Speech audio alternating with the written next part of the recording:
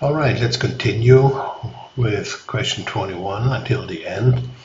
So in the formula hypergeom.dist xnkn cumulative, what does the parameter k represent? And it's always good to double check in Excel. Hypergeometric dist, sample success.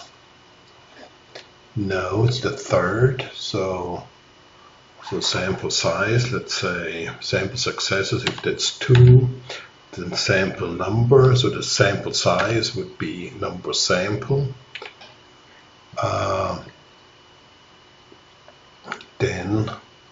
So now the third is actually the number of successes in the population.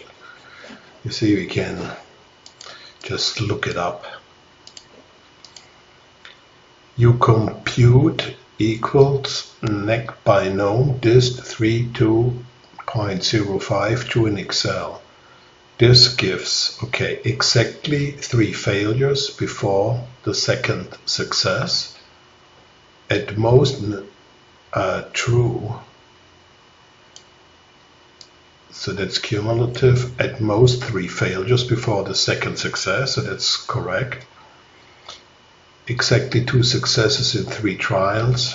Now, so if we can see, if we just replicate the formula, equals nec binom dist, okay, number of failures 3, number of successes 2, probability of success, okay, 0.5, and now cumulative. Yeah, so that is at most 3 failures before the second success, so that's B. A lot of 25 light bulbs contains 5 defective ones. A sample of 8 is drawn without replacement. What Excel formula gives the probability that exactly 1 is defect? Well, of course, whenever you hear without replacement, you know immediately, oh, here we're dealing with a hypergeometric distribution. So we have here 2 choices, B and D. So what's the difference? Okay, so let's take a look at the formula. Hypergeometric.dist.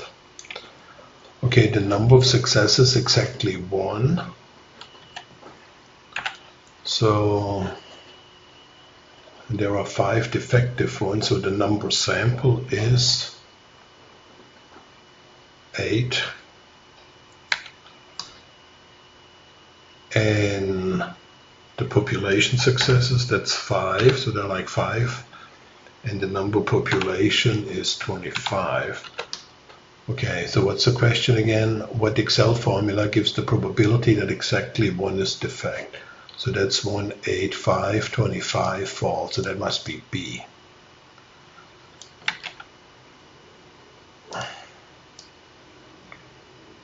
Okay. A factory produces on average, so that is already the signal for the Poisson, per 200 meters of fabric. What Excel formula gives the probability of finding exactly 5 defects in 200 meters? Well, so now we need to prorate. If we have 2 in 100 meters on average, that means on average we have 4 in 500 meters. But then we have 4 in 500 meters. So the answer is exactly 5 defects when the average is 4. So because we prorate the average. So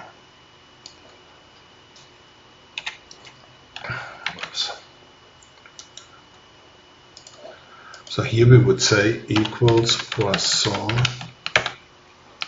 okay, exactly 5 defect. The mean is now 4, 0, 15.6%. That would be also the corresponding answer, but it's B.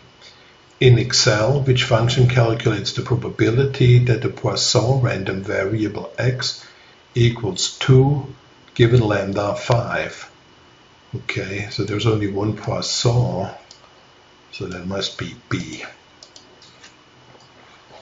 A committee of 3 is randomly chosen from 5 Democrats and 6 Republicans to find the probability of exactly 2 Democrats on the committee you should use. Okay, so once they are selected, they are not being put back for drawing. So this is a situation where we have drawing without replacement, so it needs to be hypergeometric. So hypergeometric distribution, so probability 2 being chosen. The sample is 3, and there are a total of 5 Democrats, and the total number of people to choose from is 11. Okay, 27. A basketball player has a 70% free throw success rate. You want to find the probability that his 5th successful free throw occurs on exactly his 8th attempt. So that means that he has 3 failures. Which distribution applies? So that's definitely the negative binomial with 5 successes. And well, you find probability his 5th successful free throw occurs exactly at the 8th attempt. So that's a negative binomial. So the success probability is 70%, and the R is the number of successes. 28. A salesperson makes calls until she closes 3 sales. The probability of closing each call is 0.4. Which distribution models the total number of calls she needs to make? Okay, a salesperson makes call until she closes 3 sales. Good. So those are the number of successes. So that is again the negative binomial distribution. Okay, if the success probability is 0.1 and we have n equals 5, then the corresponding binomial distribution is right skewed, left skewed, symmetric, or bimodal.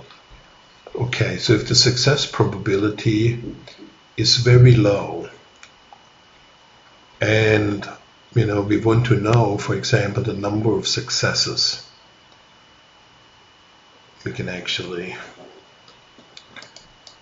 just draw it in Excel. So successes, n equals 5, so we go 0, 1, 2, 3, 4, 5.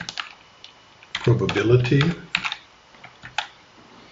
binom dot dist, open parentheses, number of successes we pick up from the first column, and trials we have 5, and success probability is 0.1,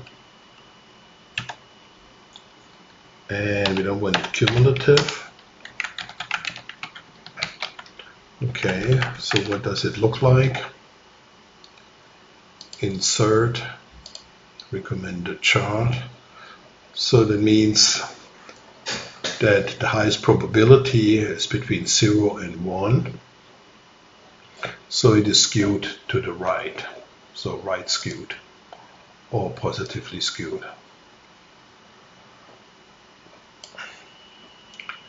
And it makes sense, because if the success probability is so low, well, you can expect a lot of failures, close to 0 and 1. 30. Which of the following is a valid probability value for a discrete random variable? Well, it needs to be 0 and 1. Probability values can be negative, so it must be A. A deck of 52 cards contains 13 hearts. If 5 cards are drawn without replacement, which Excel formula gives the probability of exactly 2 hearts? Again, so it's without replacement, so it's hypergeometric. So let's calculate the probability equals hype geom dis open parentheses. Okay, so the number of successes exactly, sample successes 2. Then how big is the sample size? 5. How many population successes do we have? 13 hearts. And we have a total of 52 cards. And exactly calls for a 0. So, well, first of all, the correct formula is hypergeometric. Well, there's only one. Actually, there's a second one that I see. So, but it is 2, 5, 13, 52. So it's actually A. Okay. A random variable is said to be discrete if its outcomes are countable. That's correct. Continuous data is measured. Discrete variables are counted. Yeah, and the rest is nonsensical. Okay, a fair die is rolled 10 times. What is the probability that an odd number, 1, 3, or 5, will occur less than 3 times? Okay, so that's a binomial distribution formula. So we said binom.dist. So what is the probability that an odd number will occur less than 3 times? So that is the number of successes is 2 or less. So, and 10 trials. Just looking at it, it's probably 5%. Seems to be a low probability. Probability of success is 0.5. And now we want it cumulative because it includes none, 1, or 2. But intuitively it should be a very low probability, and it is the 0.547. In the most recent election, 19% of all eligible college students voted. If a random sample of 20 students were surveyed, find the probability that exactly half voted in the election. Exactly half. So now we assume that the success probability is constant. And again, this is a binomial distribution problem. So we say binom.dist. Number of successes, 10. The trials, 20. The success probability is 19%, but we don't want it cumulatively, so that's a 0. Okay,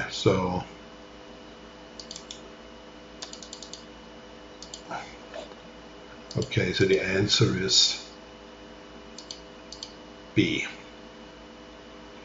For a Poisson random variable x with parameter lambda, what is the mean of x? It's also lambda, so the lambda is the mean, it's also the variance, so that's 4.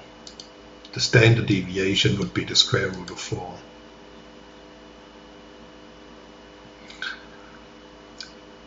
So if you have a problem, lambda is 4, there could be 4 delays per hour, 4 defects per 100 meters, something like this. For a Poisson distribution with mean lambda, the variance is equal to, I just said that, to lambda. A server crashes on average 1.5 times per week. Using Excel's Poisson dist 0, 1.5 false, what probability is being calculated? So that's exactly the probability that the server doesn't crash at all. The probability the server crashes more than once, no. The cumulative probability of most zero crashes, well, that's true. The probability the server does not crash at all in a week, well, that's actually technically the same as the cumulative probability of at most zero crashes. But still, because of the false, we will get the same value, but that's maybe not the best question. Well, if I enter this one, cumulatively and exactly 0, I will get the same value. Let's double check.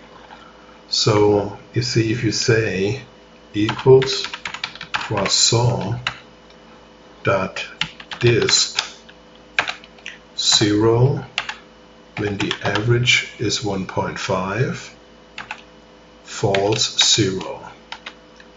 Okay, so now I copy that down. The only thing I changed is to 1. But then that is now cumulatively 0, but it's the same value. But because it is false here, C is at least language-wise the more accurate solution, even though B and C will give you the same result. Okay, so the mean of the binomial distribution is n times the success probability. So when we flip a coin 100 times and we expect, or we have a success probability of 0.5, we will expect 50 heads. If we flip the coin 10 times, the expected value, the mean would be 5. So it's n times p. And the variance would be n times p times 1 minus p, and the standard deviation, the square root of the variance. Which of the following statements about the binomial distribution is not correct? Each trial results in a success or failure. No, that's correct. Trials are independent of each other. That's also correct. The probability of success remains constant. That's also correct. D. The random variable of interest is continuous. But that's obviously wrong because it is a discrete variable. Okay, last question. Which distribution applies when trials are fixed, each trial is independent, 2 outcomes exist, and the probability of success is constant? Well, that is the binomial.